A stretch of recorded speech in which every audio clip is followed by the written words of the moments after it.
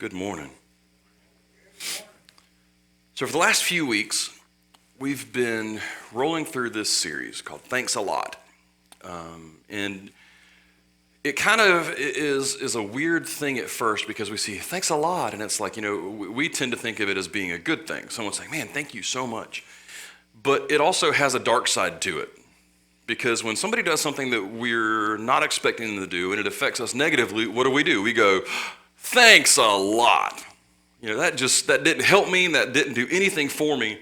And especially when we roll into Thanksgiving in this kind of year, that's what we think about. We look at we roll into Thanksgiving, and we have people like me who sit up on a place like this and in a room like this, and we say, it's Thanksgiving, you should be thankful. So have you seen what's happened in my life this year? Have you seen what's going on?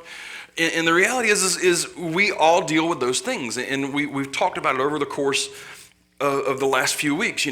We have anticipation that builds up inside of us, whether it's a negative anticipation or whether it's something good. Like for example, we talked about it the very, very first week. People, when Y2K was about to happen, 1999 was rolling to an end, 2000 was about to start, and everybody thought the world was going to end. And so our expectations ramped up, and then we were expecting to see something life-shattering or life-altering, and then nothing happened, and we were left in some ways disappointed because we'd been told it was going to be amazing, it was going to be awesome. And then the Segway came out a little while later, and it was kind of like the precursor to the hoverboards. And now what they've started doing is now some of the hoverboards that have come out where you just kind of lean forward to go, now they have a stand on them like a Segway. And it's kind of, this is going to be the next big thing in pop culture that's going to get us from point A to point B. It's going to be a travel revolution. And it just bombed. It turned out to be not a very big deal. All of those things, all the things that we've talked about, whether it's the Star Wars movies, whether it's your favorite athlete coming out of retirement to come back up, or whether it's maybe a job you thought you wanted, or maybe it's, you couldn't wait to become an adult, or maybe you couldn't wait to drive, or maybe you couldn't wait to get something. And anticipation built up, and it built up, and it built up, and then what you got left you disappointed. We all deal with disappointment, and we all know what it is. We recognize it when it happens, and it's this monster that pops up when we really don't want it to. And it consumes us, and it seems completely unstoppable sometimes. It's just merciless in how it just beats us down and beats us down and beats us down.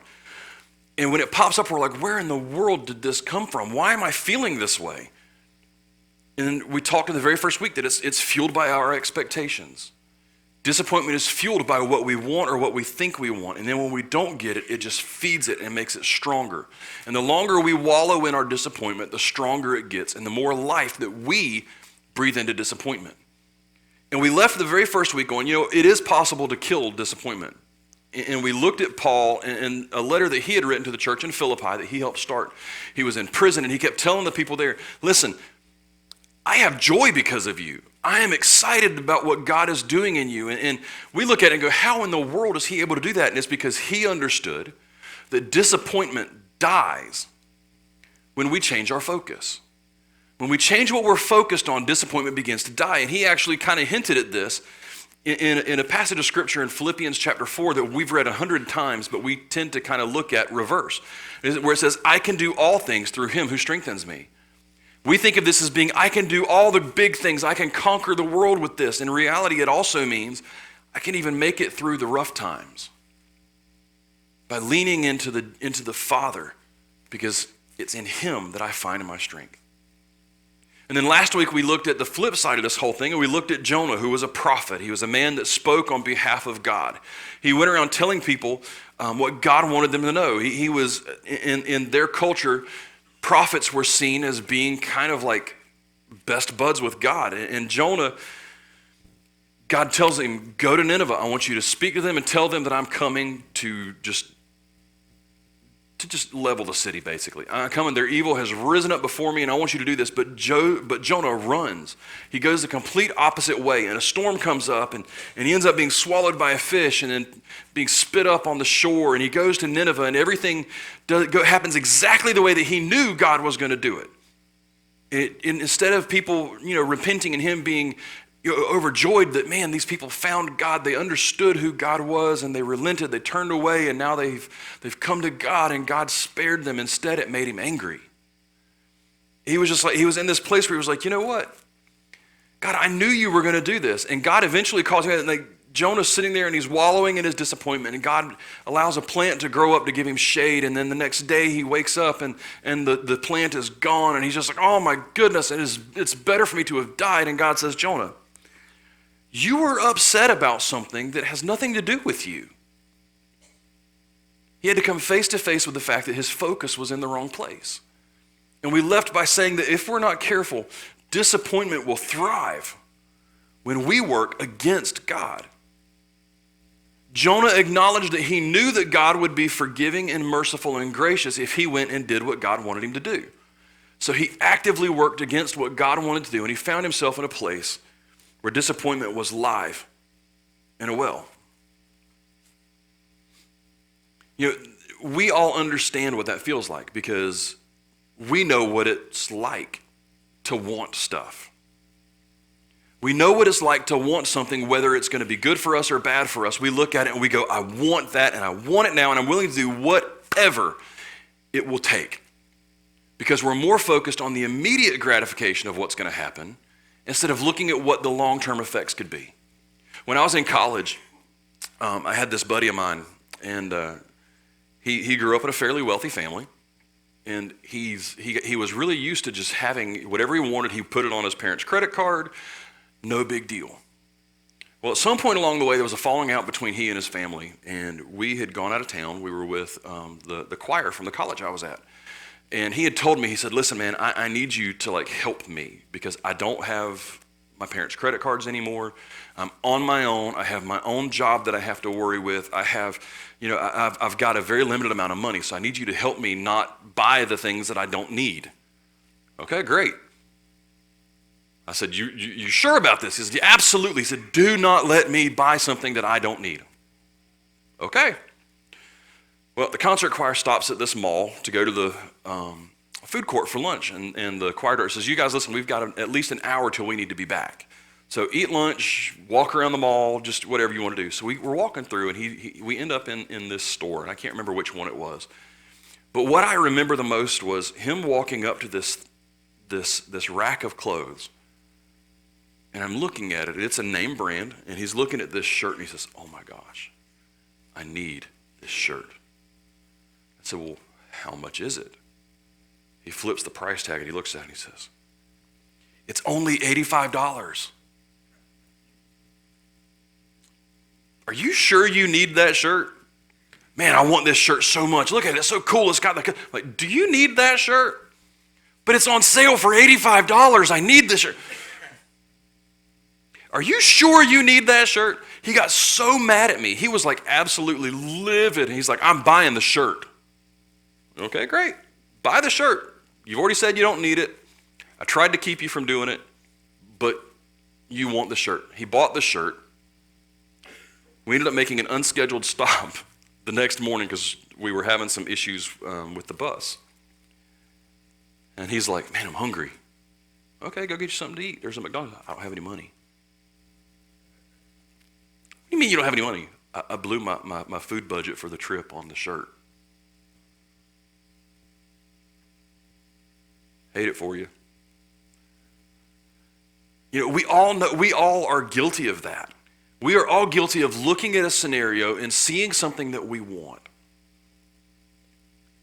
and saying, man, this is going to make me feel so good if I get this right now.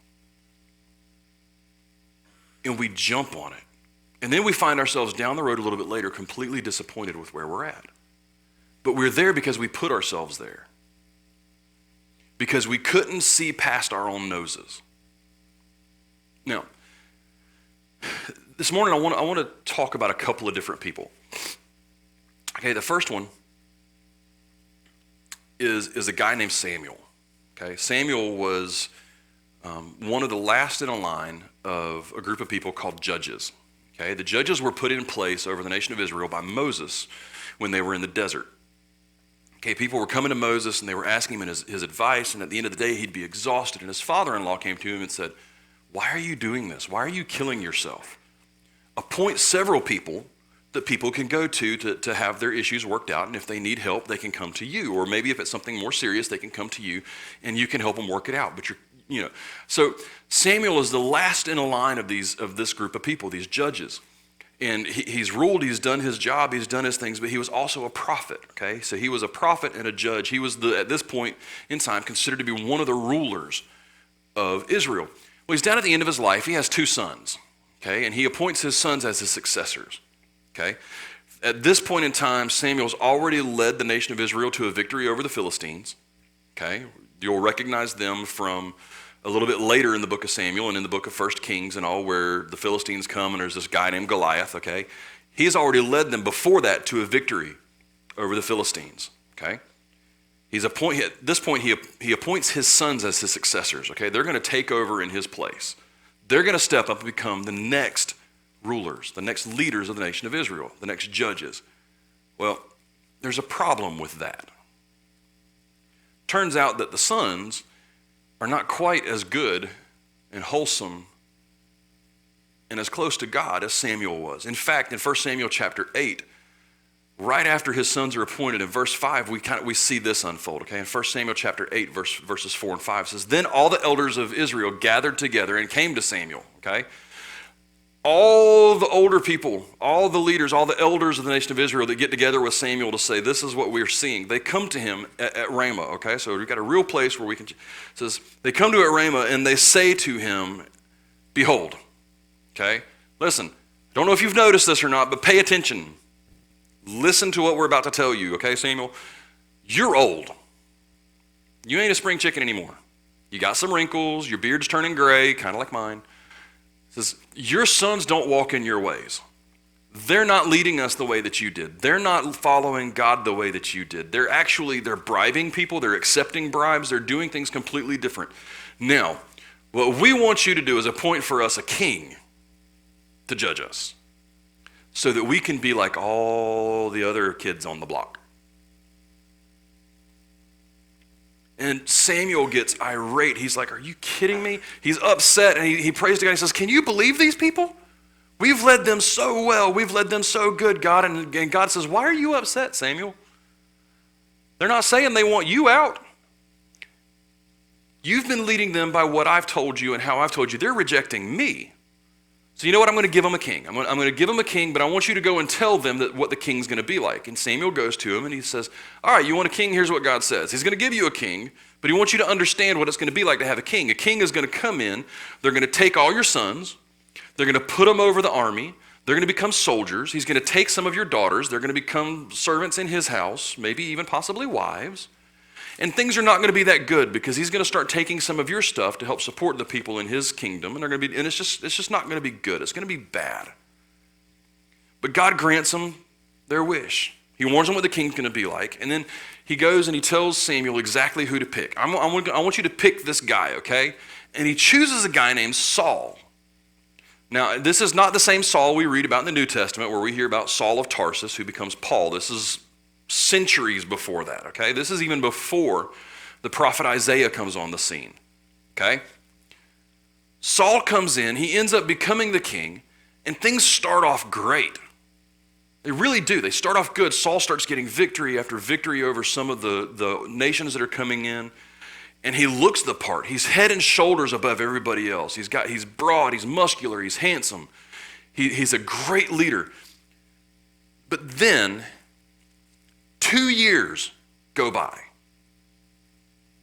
2 years into being the king of Israel. And things start to fall off the rails. He completely blows it. Up to this point, Saul has followed Samuel's guidance. He's followed what God has wanted him to do, okay? So here they are. They're rolling into a battle. And Samuel tells Saul, listen, hold off on the pre-battle offering until I get there. I'll be there in 7 days. Okay? The 7th day hits. Saul wakes up. He looks around. There's no Samuel. The people are getting antsy. God, through Samuel, has already said, wait until this time. And then I want you to do this. Okay? Samuel's late. Saul jumps up and says, okay, fine. I'm going to go ahead and do the sacrifice. Saul prepares the sacrifice, does the sacrifice. Samuel shows up right as he's ending the sacrifice. And Samuel looks at him and goes, what in the world have you done? Now for us, we look at it and go, well, he's the king. What's the big deal? What's the big deal about this? Well, in this scenario, Saul was not a priest or a Levite, and God did not give him permission to perform the sacrifice. Because he hadn't given him permission, it had to be done either by a priest or a Levite. Saul went ahead. Saul does the deal. Samuel kind of freaks out on him a little bit. They go into battle, and God's kind of aggravated. He tells him, okay, when you go in, I want you to wipe everybody out. Everybody. Take no prisoners. Saul goes in. He captures the city. He takes the king prisoner, takes some of the spoils, and it's just like, oh my goodness. And Samuel comes back and says, why did you do this? Again, why are you didn't do what God told you to do? And so Samuel walks away. Saul goes and then does what God told him to do. And at this point, Samuel looks at him before any of that even transpires. In 1 Samuel chapter 13, verse 14, okay? God chose Saul to be the king. And then Samuel looks at him and says, listen, now because you did this, because you directly went against God, because you worked against God, because you actively went against him, now your kingdom shall not continue. God's done. He gave you your chance. You're done. So instead, the Lord has sought out a man after his own heart. And the Lord has commanded him to be the prince over his people. Why? Because you have not kept what the Lord commanded you. After 2 years of being king, I think there would be a little bit of disappointment that would roll up. Because at this point, he has no idea when this new king is going to come to power. He has no idea who it's going to be. All he knows is that God's already told him, listen, when the time's right, you're done. Your kingdom is not going to endure. It's not going to go further. Saul completely lost everything because of a couple of different things. His impatience. He was impatient. He refused to stop and wait long enough for God to do what God said he was going to do. And to follow through with what God was going to do. So as a result, God removes his favor. And then the new king is chosen, a guy named David, who doesn't look anything like Saul. He's a young kid. David and Saul end up together in the same palace. Saul at the point has no idea who he is. Saul's having these issues, and they send for David to come in. David plays music for him. It soothes him. It calms him down. David and Saul's son, Jonathan, become good friends. At one point, Saul's jealousy drives him to the point that he ends up throwing a spear across the throne room at David, trying to pin him to the wall. And this all takes place after David kills Goliath. They come back into the city, and after the war with the Philistines, they run back in, and people are singing, Saul has killed his thousands, and David has killed his tens of thousands. Jealousy creeps up more and more and more, and he becomes disappointed in the fact that his people are turning their focus and their shift away from him. They're taking their eyes off of him. Eventually, it gets so bad when he realizes that he can't do anything else, that he ends up taking his own life. Because in his eyes, it would be better for him to take his own life than for him to be taken captive and known as the king who ended the nation of Israel during a battle they were in. David becomes the next king. Now, this is kind of a weird thing for us because Samuel's already said that God has already sought out and chosen a man after his own heart to become the king of Israel. Now, if you've been in church at all, you've heard about David. You know some of what he did. He was arguably, depending on who you talk to, the greatest king in the history of Israel. he and his son Solomon. But let's just hit a couple of the high points of David's reign, okay? David committed adultery with a married man's wife, okay? Got her pregnant, then tried to cover it up by having the man brought home from the front lines of the battle. When he wouldn't go into the house, he sent him back to the battle and put him on the front lines and basically told his commander to tell everyone else to pull back when it got bad so that this guy, Uriah, would be killed. So he commits adultery, he tries to commit fraud, and then he turns around and commits murder by proxy. And all during that, his kingdom thrives, which leaves us confused because we wonder how in the world. Okay, beyond that, okay, his family thrives. His family is even the family line that's allowed to usher in the rebuilding of the temple. And then his kingdom exploded through Solomon. And then he even became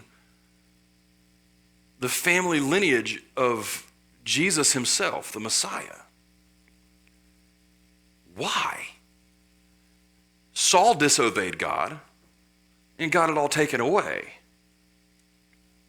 David disobeys God, and David allows his kingdom to still be underneath his family. So what in the world? It makes no sense. Well, here's the thing. Even though David messed up, David trusted God. We saw it even before David took out Goliath. He told Saul, he said, listen, the Lord has delivered lions, he's delivered bears into my hand while I've been watching the sheep for my father. And he's going to do the same thing with this Philistine. I trust him. He's going to take care of me. Even when Saul was chasing him through the caves, trying to take his life, he was close enough at one point to kill him. And instead, he just cut a piece off of his robe to take and say, I could have killed you, but God is greater. And you are the man that right now God has placed in charge. I'm not going to lay a hand on you. Even when he messed up, even when he committed adultery and murder, he acknowledged it and repented. 2 Samuel chapter 12. Verse 13. It says, David said to Nathan, I have sinned against the Lord. And Nathan said to David, the Lord has also put away your sin. You won't die. Why? Because he acknowledged what he had done, and he completely repented of it. And even in the book of Psalms, Psalms chapter 5, verses 1 and 2, he says, have mercy on me, O God. He says, have mercy on me, O God, according to your steadfast love, according to your abundant mercy. He says, have mercy on me.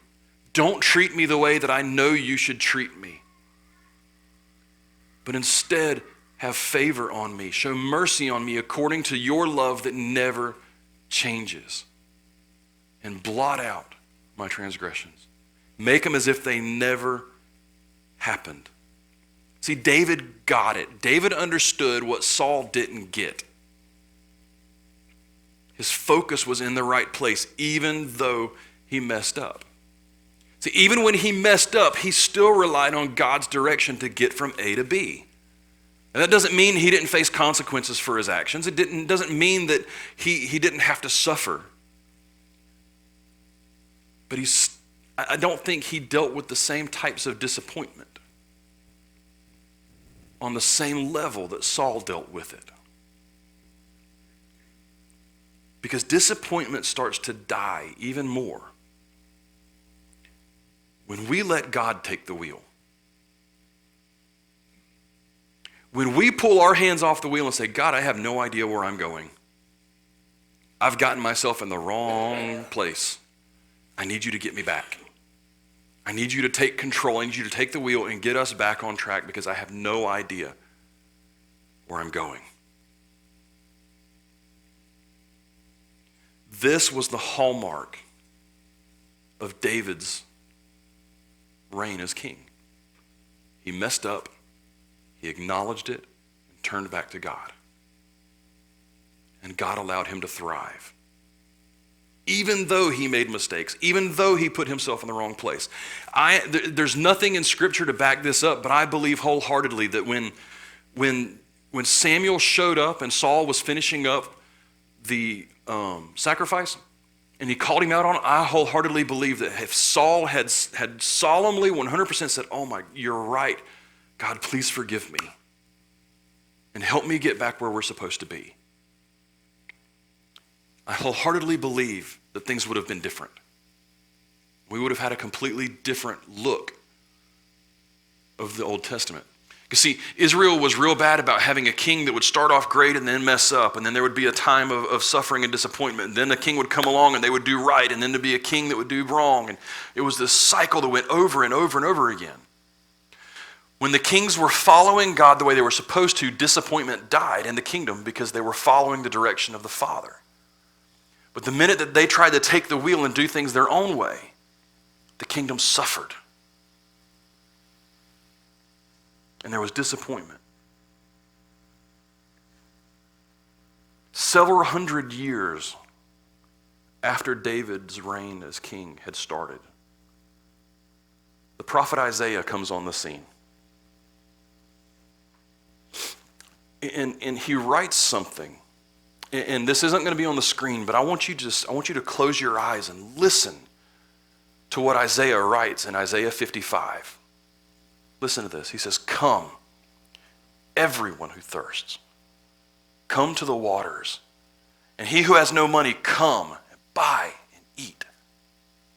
Come buy wine and milk without money and without price. Why do you spend your money for that which is not bread, and you labor for that which does not satisfy? Listen diligently to me and eat what is good, and delight yourselves in rich food. Incline your ear and come to me. Hear that your soul may live, and I will make you an everlasting covenant. My steadfast, sure love for David. Behold, I made him a witness to the peoples, a leader and commander for the peoples. Behold, you shall call a nation that you do not know, and a nation that did not know you shall run to you because of the Lord your God, and of the Holy One of Israel, for he has glorified you. Seek the Lord while he may be found. Call upon him while he is near. Let the wicked forsake his way, and the unrighteous man his thoughts. Let him return to the Lord, that he may have compassion on him, and to our God, for he will abundantly pardon. For my thoughts are not your thoughts, neither are your ways my ways, declares the Lord. For as the heavens are higher than the earth, so are my ways higher than your ways, and my thoughts than your thoughts. For as the rain and the snow come down from heaven, and do not return there, but water the earth, making it bring forth and sprout, giving seed to the sower and bread to the eater, so shall my word be that goes out from my mouth. It shall not return to me empty, but it shall accomplish that which I purpose, and shall succeed in the thing for which I sent it. For you shall go out in joy and be led forth in peace. The mountains and the hills before you shall break forth into singing. All the trees of the field shall clap their hands. Instead of the thorn shall come up the cypress. Instead of the briar shall come up the myrtle. And it shall make a name for the Lord, an everlasting sign that shall not be cut off. We hear this and we go, man, that sounds great. Being able to eat rich foods, having fulfillment and joy.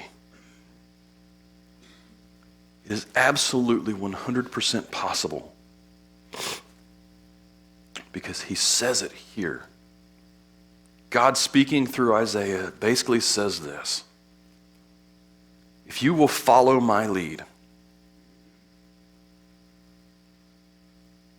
I will make you a sign of the faithfulness of God, and I will bring you to a place of abundance.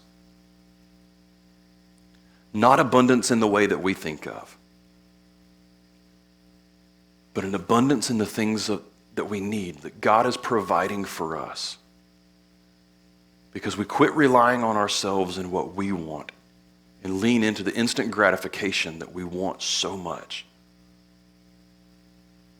And we begin to experience the provision of an almighty God who owns the cattle on 1,000 hills and has more riches available to him than we could imagine. See, David didn't become a great king. He didn't become, his family didn't become a symbol to the nations because of anything that he did, per se. They didn't become a beacon to the other nations around them through Solomon because Solomon was such a great king. They became a beacon because they followed the guidance of their Father in heaven. They took themselves out of the equation as much as possible and relied on the guidance of God. And the minute that their successors turned away from God, the beacon dimmed and the abundance began to dry until eventually they were taken over by another nation who would hold them under their thumb, and God would be silent until one day a star shone above a manger and a baby cried. And God changed everything.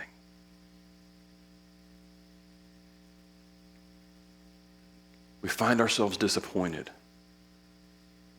because our focus is on the wrong things. It's focused on what we want and when we can get it.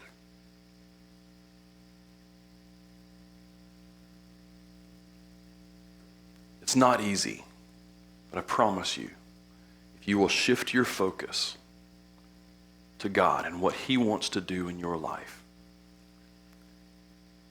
and you say, Father, here am I. Use me.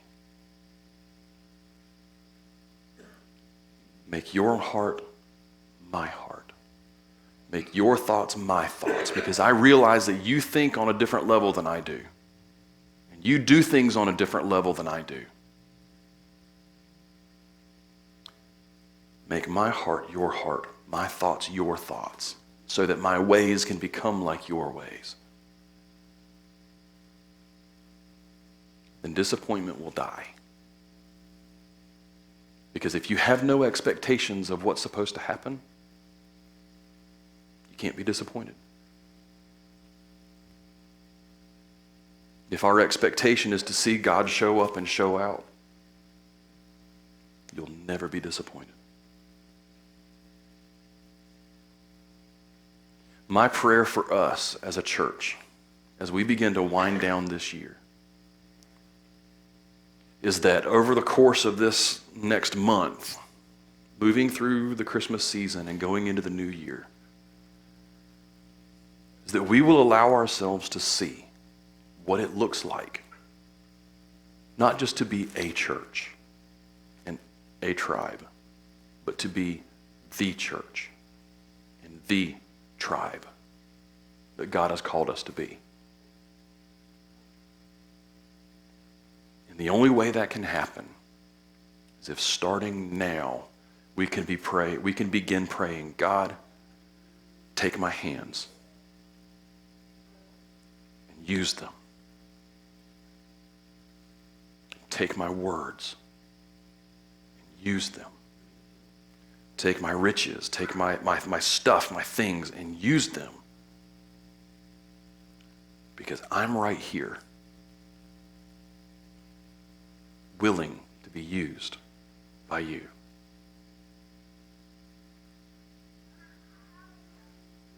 I have no idea what your world looks like. I have no idea what's going on. I have no idea what disappointments and hurts you have.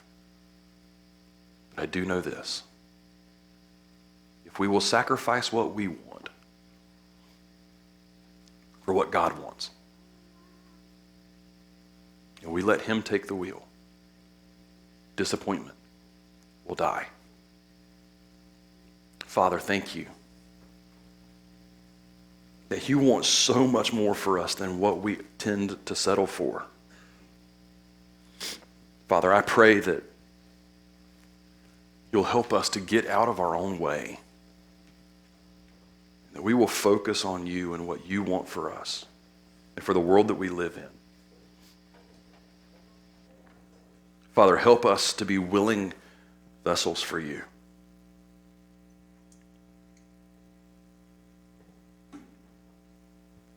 Father, I pray that in these next few moments, as we think, we reflect, God, that you will begin to change our focus and change our hearts and make them more like yours. In Jesus' holy name, amen.